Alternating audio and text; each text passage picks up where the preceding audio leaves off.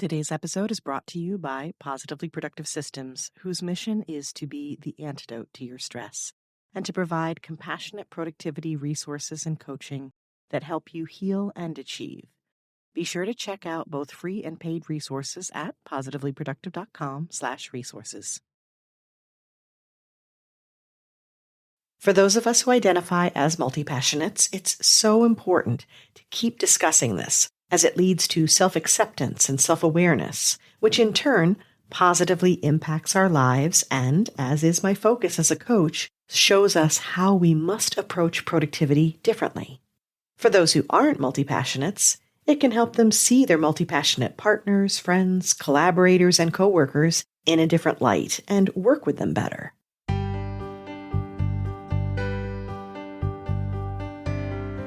You're listening to the Positively Living Podcast. I'm your host, Lisa Zaratny, founder of Positively Productive Systems and a coach certified in time and stress management, helping overwhelmed clients make space for what matters.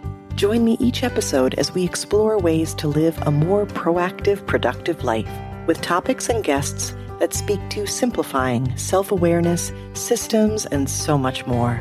I understand overwhelm personally as a fellow multi-passionate entrepreneur, wife and mom to kids and cats, and former caregiver. I'm here to help you choose what's right for you so you can do less, live more, and breathe easier. Sound good? Let's get to it. Welcome to the Positively Living Podcast. I'm your host, Lisa, and I'm so excited you've joined me today because we're covering a topic I'm literally passionate about. If you've been listening to the podcast or following me on Instagram or LinkedIn, you've heard me use the term multi-passionate quite a bit. We've even defined it here quite a few times, but I think it bears repeating. For those of us who identify as multi-passionates, it's so important to keep discussing this, as it leads to self-acceptance and self-awareness, which in turn positively impacts our lives and, as is my focus as a coach, shows us how we must approach productivity differently. For those who aren't multi-passionates, it can help them see their multi-passionate partners, friends, collaborators, and coworkers in a different light and work with them better. Lastly, if you're wondering if you are, this episode is going to help you decide. Before we dig into the details, let's talk terminology. I generally use the term multi-passionate, as we did in Lauren Yee's first episode, number 74, on living a multi-passionate life. By the way, we did 2 more episodes with Lauren where I coached her live on creatively structuring her calendar.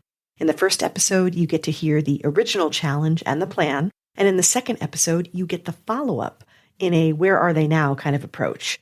So if you're a solo entrepreneur and a multi-passionate, those episodes 124 and 125 are must-listens. So I most often use the phrase multi-passionate creative because of the nature of my clients, and will sometimes use multi-potentialite in honor of Emily Wapnick's TED Talk on how some of us don't have one true calling. I'll link that in the show notes if you haven't seen it yet. You may have also heard terms like /career or -career to describe this tendency. When I chatted with Nicole Schmid in episode 123, we talked about serial entrepreneurs. And these are all different terms for the same kind of creative, passionate person. There's one more that I mentioned in episode 122 with Mike Montague, and it's a term used for the man, or should I say the man, who represents all of these, Leonardo da Vinci. The term is polymath. Da Vinci was a painter, sculptor, architect, inventor, military engineer, and scientist. And the reason, in my opinion, that the term Renaissance man equates to well-rounded person. His name is synonymous with innovation and creativity. But what I love most is that, as far as I can tell, he did so unapologetically. Now, I don't know if society frowned upon his flighty ways, a pun totally intended due to the nature of his inventions, and we'll be talking about that a little more in a minute. But the prolific nature of his pursuits, from winged inventions to the Mona Lisa, shows us that he was determined and dedicated. And that can be said about every multi-passionate creative I know. So, are you a multi-passionate creative? Consider these questions. Do you have many interests and creative pursuits? Do you struggle to pick or define your true calling? Do you have many paths and pursue all of them either sequentially or simultaneously? Do you thrive on learning, exploring, and mastering new skills? Do you creatively connect the dots to disparate ideas, sometimes to the surprise of others? Do you have an insatiable curiosity that leads you to research and then learn everything on a topic immediately? Do you pick up new skills fast and then tend to become an overnight expert? Do you find yourself leaving a topic or project just as quickly as you picked it up? Have you been called a generalist or a jack of all trades, possibly much to your chagrin? Do others find you passionate about everything?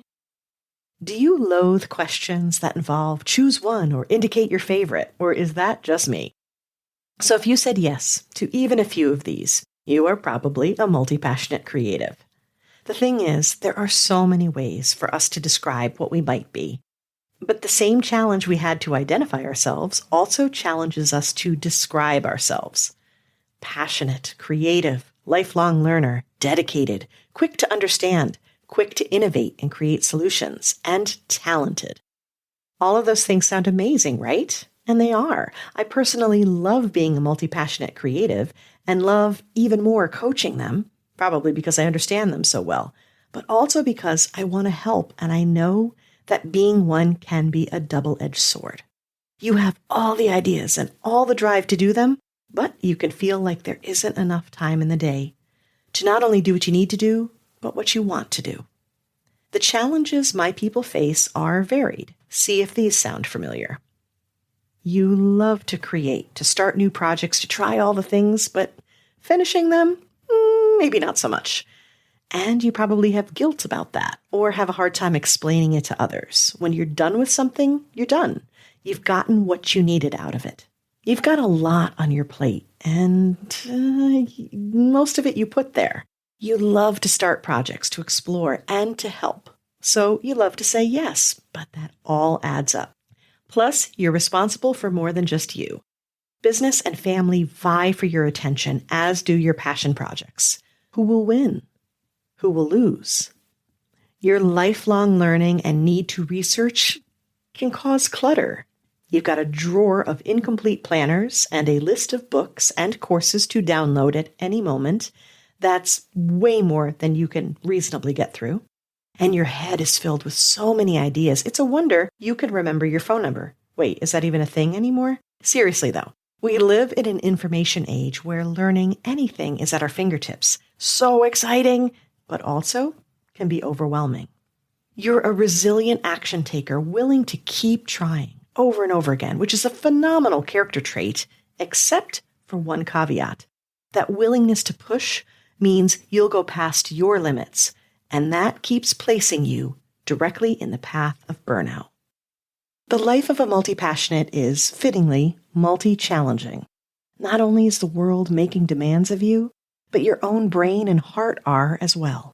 You're doubly overwhelmed and need to work extra hard so you don't buy into the idea that something is wrong with you.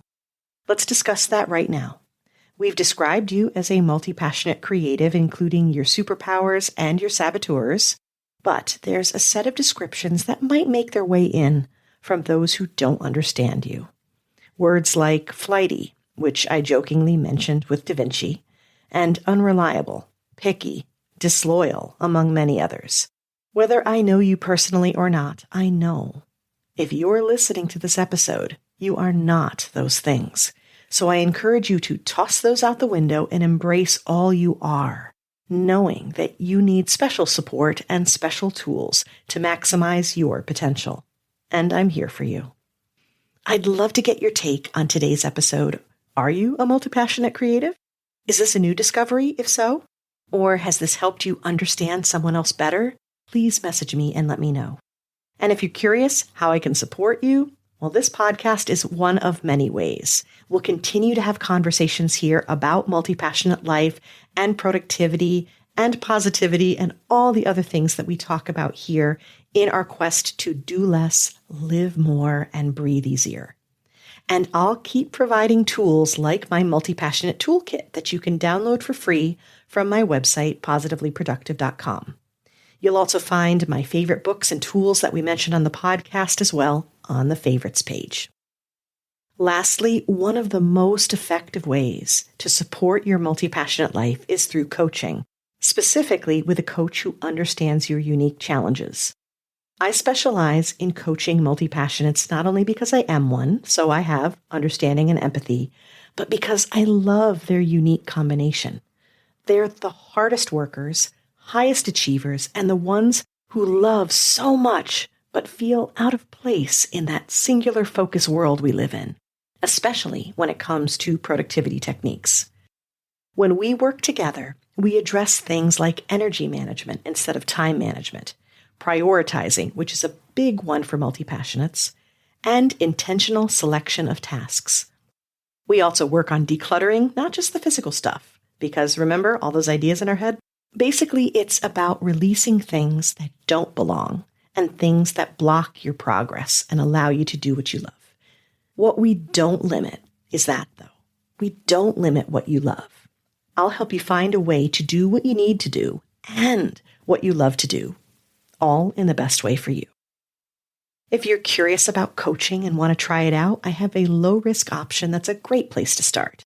The Productivity Boost session is fast and effective and will give you results in just 30 minutes. We'll review what's challenging you and take a look at your tendencies to figure out what's next for you. You'll see what coaching's like, get clear on next best steps, and get a boost of productivity to encourage and inspire you. Go to positivelyproductive.com/boost and be sure to use the promo code PODCAST for a very special listener discount.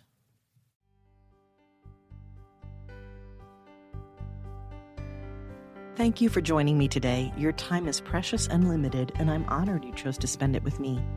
If you have feedback, questions, or want to schedule a chat, head to positivelyproductive.com/connect. And if you are looking for any of the resources referenced on the podcast, from books to products to training and more, go to positivelyproductive.com/resources.